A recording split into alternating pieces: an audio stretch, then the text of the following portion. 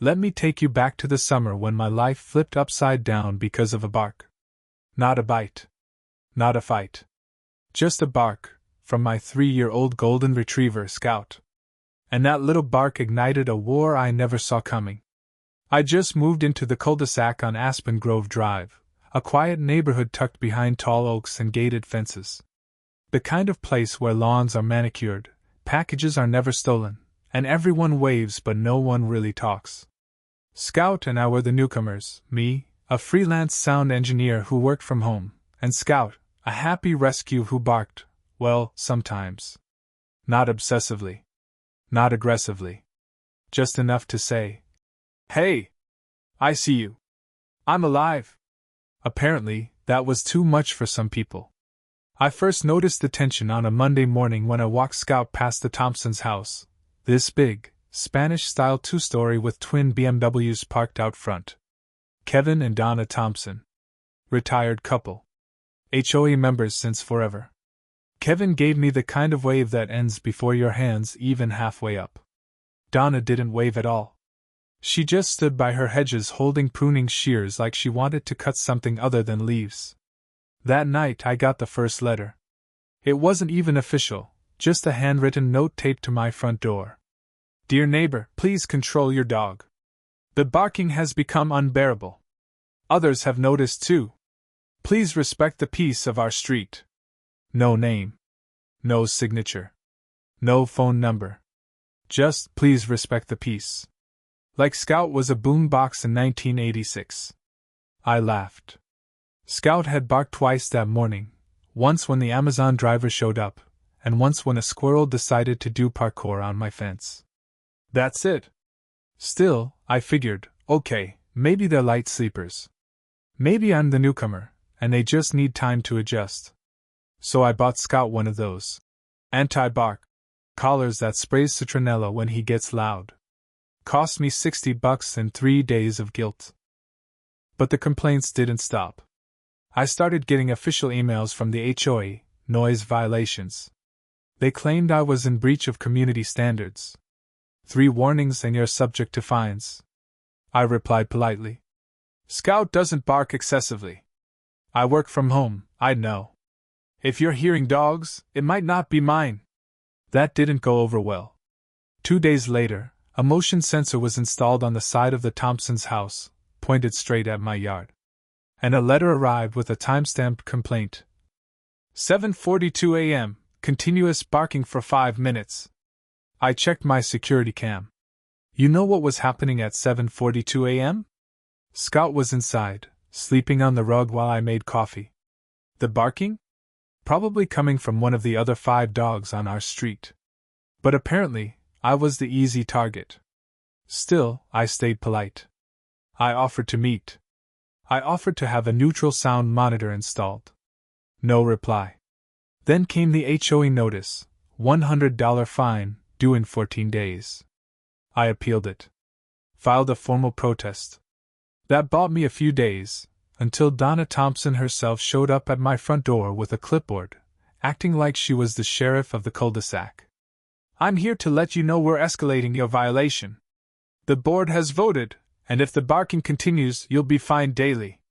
I asked her, calmly, if she had any evidence. She said, and I quote, "I don't need a recording. I have ears. And so do my neighbors." That's when I knew this wasn't about noise. This was about control. They didn't like me. Or Scout. Or maybe just the fact that someone new was living on their street who wasn't part of their Friday wine club. But what they didn't know was, I'm a sound engineer. I know how to record. I know how to document. I know how to build a case. If they wanted a war over sound, they picked the wrong guy. After that little showdown with Donna at my door, I stopped playing defense. You want to fine me over a bark? Fine. But if you're going to accuse me of noise violations, I'll give you real data. I installed 3 high-grade directional mics in my backyard. Hidden, weatherproof, calibrated to pick up Scout's bark, the ambient noise levels, even street traffic.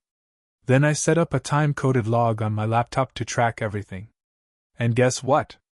Scout barked an average of 1.3 times per day. Usually in the afternoon. Usually because Donna's cat, Biscuit, would stroll along the fence like she was taunting him. That was it. But that wasn't the gold mine. No, the real revelation came one Saturday night, around 9:30 p.m. I'd just finished dinner when I heard the thump-thump of bass. At first I thought it was coming from a passing car, but no, it was coming from across the street. I opened my window. The Thompsons were throwing a backyard party. I'm not talking a few neighbors and a wine bottle. I'm talking a full-on event, music blasting, people laughing, someone shouting about tequila like it was 2005 again. I checked my decibel meter, 78 dB from my driveway. That's about as loud as a vacuum cleaner. At night. In a residential zone. I hit record. For the next hour, I sat back and documented everything. The shouting, the karaoke, yes, there was karaoke, someone trying to rap over a 90s beat, and Kevin Thompson slurring his way through a toast that ended with him knocking over a tiki torch. I didn't complain. I didn't call the cops. I just recorded. Then I reviewed my camera footage, and there they were, Donna, Kevin, and about 20 guests, all in the backyard, music blaring, laughter echoing through the neighborhood. Scout? He was inside, ears perked, confused as to why they were allowed to be loud. So the next morning, I did what any good neighbor would do. I emailed the HOA board with an audio file attached. Hi there. Just wanted to clarify what qualifies as a noise violation. Here's a clip from last night at 9:47 p.m. from my property line. According to the HOA guidelines, noise exceeding 65 dB after 9 p.m. is a violation. By my measurement, the sound reached 78.2 dB and lasted over an hour. No response for 2 days. Then, another email, this time from the HOA vice president, a guy named Ron who always wore sunglasses like he was auditioning for CSI. We'll review the situation internally. Thank you for your concern. That's all I got. So I kept going. Every weekend, like clockwork, the Thompsons had something: cocktail nights, loud dinner parties, poolside hangouts with music playing well past midnight. And I recorded every single one. Decibel readings, timestamps, clear audio clips, and video when possible. I had an entire archive now, what I started calling Operation Barkback. But then came the moment that changed everything. It was the second weekend of June. I was working in my office when I heard Scout let out a single bark, just one. I checked my watch, 3:14 p.m. And then, like a bad sitcom, a notice from the HOA landed in my inbox. Dog barking recorded on June 14th at approximately 3:15 p.m. This constitutes a repeated violation under HOA Code 7.4b. They were watching me like hawks. Micromanaging my dog. But completely ignoring their own violations. So I replied with one sentence. Please see the 17 separate recordings of after-hours noise from the Thompson residence, all of which violate Code 5.3a. 3 hours later, the HOA issued a general email to the neighborhood. We'd like to remind all residents to be mindful of noise, including pets and gatherings, as a courtesy to neighbors. No names. No fines. No follow-up. They were trying to sweep it under the rug. That's when I realized this wasn't just about a barking dog. It was about power. It was about the Thompsons, who basically ran the HOA, using it as their personal complaint system. But what they didn't realize was I had a plan. And it was about to get very, very public. At this point, I had everything documented, from Scout's one-bark afternoons to the late-night chaos of the Thompsons' parties. But the HOA kept dodging accountability. No fines. No warnings. Just me getting flagged for every tiny noise like it was a federal crime. So I decided to play their game. But this time, with better strategy. First, I built a private site, a basic password-protected webpage I called Sound Justice. On it, I uploaded audio clips, date-stamped decibel readings, and a chart comparing Scout's barking, average, 1.3 times a day, to Thompson party volumes, average, 74 to 82 dB, post-curfew, at least 2 nights per week. Then I shared the site with a few close neighbors I trusted. People who had also been frustrated with the HOA but stayed quiet for fear of retaliation. Turns out, I wasn't the only one with a bone to pick. Neighbor number 1, Mrs. Delgado, a sweet retiree who had been fined for unsightly garden gnomes. Neighbor number 2, Carl, a single dad whose kid got scolded by Donna for skateboarding too loud on his own driveway. Neighbor number 3, the Ahmeds, who got written up for putting out their trash bins too early, even though it was after 6 p.m. Every one of them started sharing stories. And I added their evidence, anonymized but verified, to the site. This wasn't just me anymore. It was growing. Meanwhile, the Thompsons threw yet another party. This one featured a live saxophone player, who must have thought he was headlining Coachella. I recorded every note, even got a great angle of Kevin drunkenly conducting him like a maestro. That's when I decided to send the whole package, anonymously, to a local neighborhood blog called Green Valley Watchdog. They loved it. 2 days later, they published a headline. Selective silence. HOA turns deaf ear to neighborhood noise, unless it's a dog. The article embedded my recordings, quoted the HOA's rules, and asked a very fair question. Why is one man's barking dog worth a fine, but a board member's backyard concerts are overlooked? The post went viral, at least, viral for Green Valley. Dozens of comments flooded in. Some defended the HOA. But most were furious. I received thank you notes in my mailbox, actual thank you notes. One said, "We've felt bullied by Donna and Kevin for years. Finally, someone's standing up to them." Then came the real twist. That Friday, I got an email from Ron, the HOA vice president, the guy who wore sunglasses in the rain. "Let's meet. Off the record. This is getting out of hand." We met at the local coffee shop. He looked nervous. "Look," he said. "Kevin's out of control. Donna pushes every rule. But they're connected.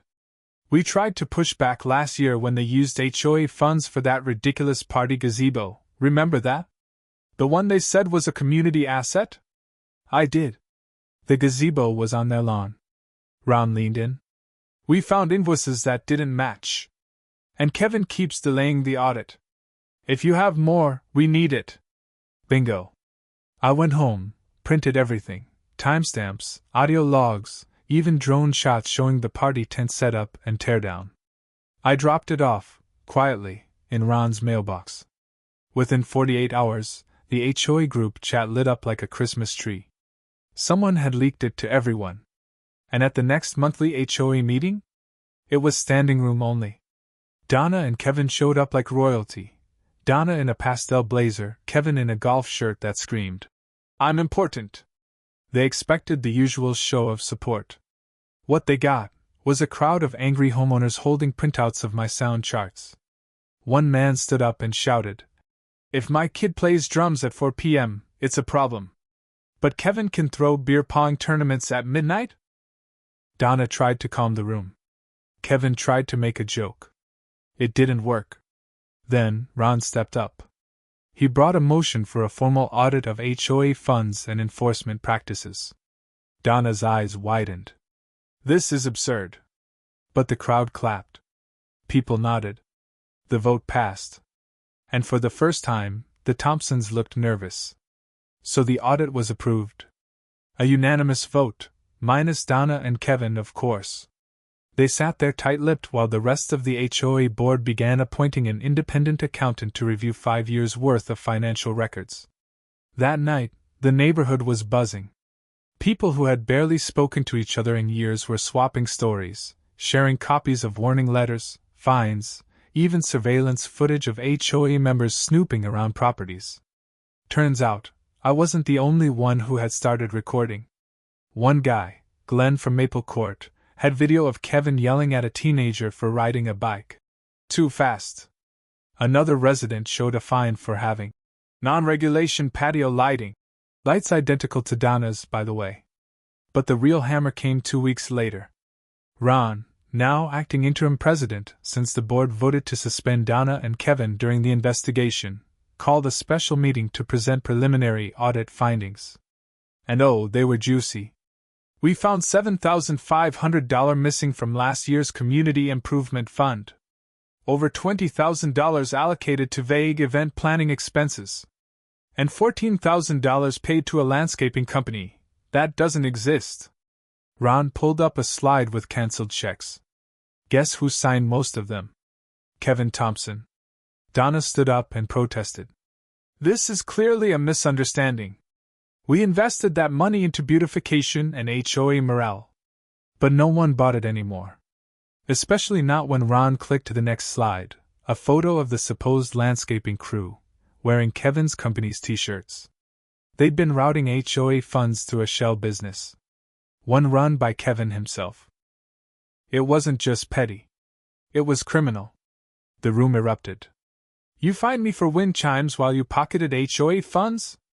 You called my daughter's car an eyesore but built a private hot tub with community money? This is fraud. Donna tried to adjourn the meeting. She actually shouted, "This is a witch hunt." But Ron held firm. This is due process. Something you've ignored for years. By the end of that meeting, several motions had passed. A full forensic audit of the last 5 years. A freeze on all HOA spending until review. A formal request for law enforcement involvement. And just like that, the tide turned completely. But I wasn't done. Not yet. Because while the audit team combed through numbers, I was going through footage. Remember all those party recordings? Yeah. I took the best clips, the loudest music, the drunkest shouting, Donna bragging about owning the HOA, and I edited them into a 2-minute compilation. I added subtitles. Dates. Decibel readings.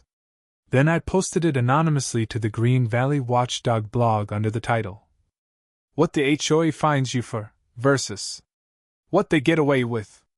It exploded. Neighbors started sharing it on Facebook. Local realtors took notice. Even a small news outlet in the county ran a segment titled, "HOA Hypocrisy? Residents say enough is enough." And then came the cherry on top. An email from the county compliance office. They'd opened an official investigation into the Green Valley HOA's finances and enforcement practices, citing misuse of fines, embezzlement, and harassment of residents. And Kevin? He lost his job. Turns out, he worked for a home development firm that really didn't like being associated with scandal. Donna tried damage control. She sent a mass email saying, "Let's move on in peace. The community deserves unity." Someone replied all with a screenshot of her shouting at a 10-year-old over sidewalk chalk. Unity, huh? But the final straw was something I hadn't planned. Scout barked. Once. And nobody complained. No one sent a letter. No fine. No warning. Just silence. That bark, that one free bark, told me everything had changed. The next HOA meeting felt like a courtroom. Chairs were filled, neighbors stood along the walls, and the energy in the room? Tense. Ron, now fully acting as president, opened with a firm tone. "We've submitted all audit results to the county investigator. The HOA board will cooperate fully. From this point forward, transparency isn't optional, it's policy." Kevin and Donna weren't in the room. But their presence still lingered like smoke after a fire. Everyone knew why. The county had filed formal charges: embezzlement, fraud, and abuse of authority. The full amount? Over $75,000, skimmed from community dues over several years. Luxury landscaping for their yard, a personal outdoor theater system, catered board events that were actually private birthday parties. All of it came crashing down. And yet, Donna still wasn't done. That weekend, flyers started showing up in mailboxes. Glossy, high-quality prints with a big red title. "The real story: why they want the HOA destroyed." The flyers painted me, and Ron, as anarchists. Claimed we wanted to dismantle community protections, let homes fall into disrepair, destroy property values. There was even a blurry photo of Scout next to a broken garden gnome with the caption, "Would you trust this man's judgment?" Seriously. Donna had pivoted to fear-mongering. But she wasn't banking on one thing: people weren't buying her lies anymore. The very next day, the Green Valley Watchdog blog posted a takedown titled, "Lies, Leashes, and Landscaping, the Real Story Behind Donna's Meltdown." They broke it all down, line by line. Quoted documents. Played video clips. Even had screenshots from the HOA group chat where Donna tried to coerce members into posting fake complaints about Scout. But the final blow came from someone unexpected. Janice.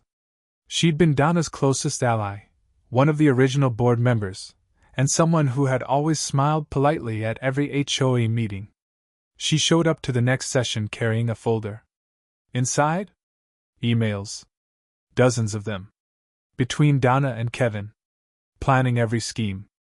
Laughing at the gullible residents. Strategizing about how to teach that dog guy a lesson. Janice didn't say much. She just placed the folder in front of Ron and said, "I'm done lying for them." The room fell silent. Then applause broke out. Donna showed up 10 minutes later, late, disheveled, trying to pretend she hadn't just been metaphorically gutted by her own friend. She marched to the podium. "This is all manufactured. A smear campaign." Ron didn't raise his voice. He simply stood up, held the folder, and said, "We're done here." That night, several residents, including Glenn and Mrs. Delgado, joined a new oversight committee to prevent future abuse. They called it the Community Integrity Group. And while Donna and Kevin hadn't been officially removed yet, the writing was on the wall. Their final desperate attempt had not only failed, it had backfired, turning more people against them than ever. Then came the legal letters. The county filed a motion for restitution. Kevin was subpoenaed. Donna, too. Their accounts were frozen. They were ordered to repay every cent, or face court-ordered asset seizure. The HOA had gone from a tight-lipped little clique to a full-on reform movement. And me? I got nominated to join the board. I declined. Not because I didn't care, but because I had what I came for: peace and accountability. Scout still barked occasionally, but these days, it was usually welcomed. People would wave, smile, even bring him treats.